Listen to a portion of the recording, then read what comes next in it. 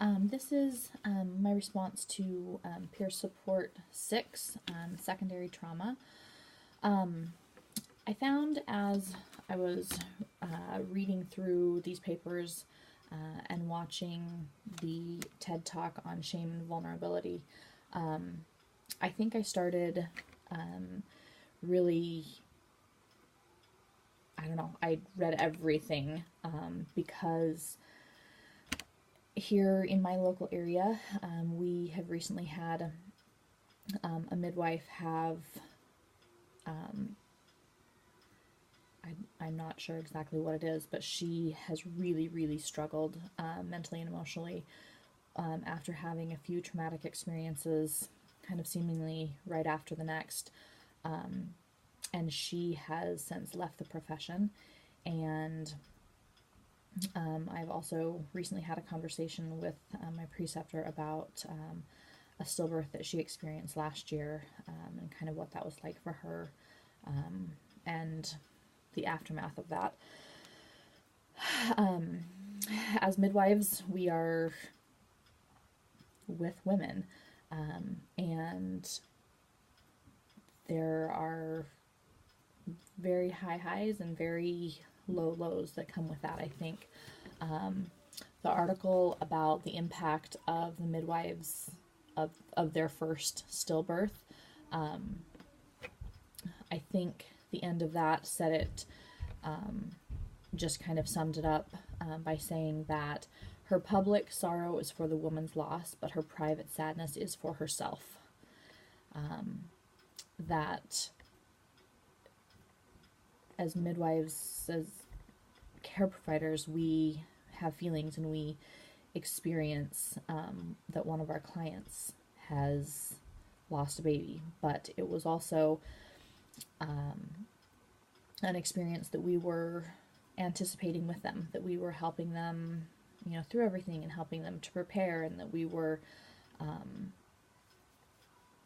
anyway, that there's clearly a lot of guilt and other hard, heavy emotions that come with that.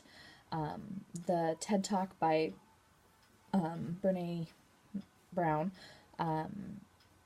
I loved a couple of things that she said, that vulnerability is not weakness, but it is emotional risk, and that is the most accurate measurement of courage. I really liked that. I feel like I want to frame that and put it on my wall. That vulnerability is the most accurate measurement of courage. And that vulnerability is the birthplace of innovation, creativity, and change. And I think as midwives, we are all of those things. Therefore, we are either naturally vulnerable or need to go there, I guess. I liked, as she was talking about shame, the things that make shame grow are secrecy, silence, and judgment. And as I'm reading through that, I immediately went to peer review, or having a relationship with a colleague that, that you can really talk through these things and have a safe place to go as a midwife.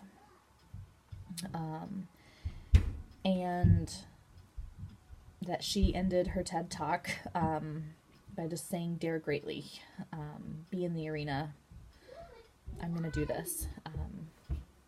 I really appreciated that a lot. And I was, give me a second. I'll be up in just a sec. The end of the paper on the cost of being with women. Baby, please don't.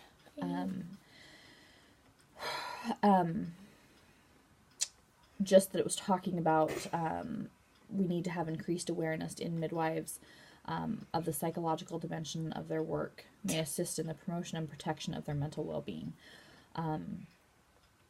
I appreciated that, just simply acknowledging that we are human, that we are involved in these situations, and that we have to protect protect ourselves. And I think a big part of that is self-care.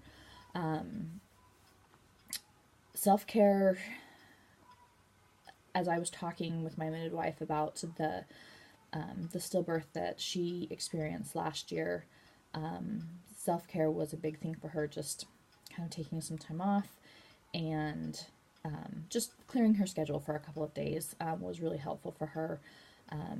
She had another birth professional in the area made her just a basket with some herbs and tinctures and chocolate. She said that was really nice. Just another professional acknowledging her and her feelings as she was walking this journey with this family who had just experienced this loss, but that she had also experienced a loss. I think maybe that was my big takeaway, is just taking care of ourselves and taking care of other midwives, because these things happen and there's nothing that we can do about them, and there shouldn't be any shame or guilt involved, but I think we just navigate that by taking care of ourselves and taking the time that we need for that. So yeah, those are my thoughts. Thank you.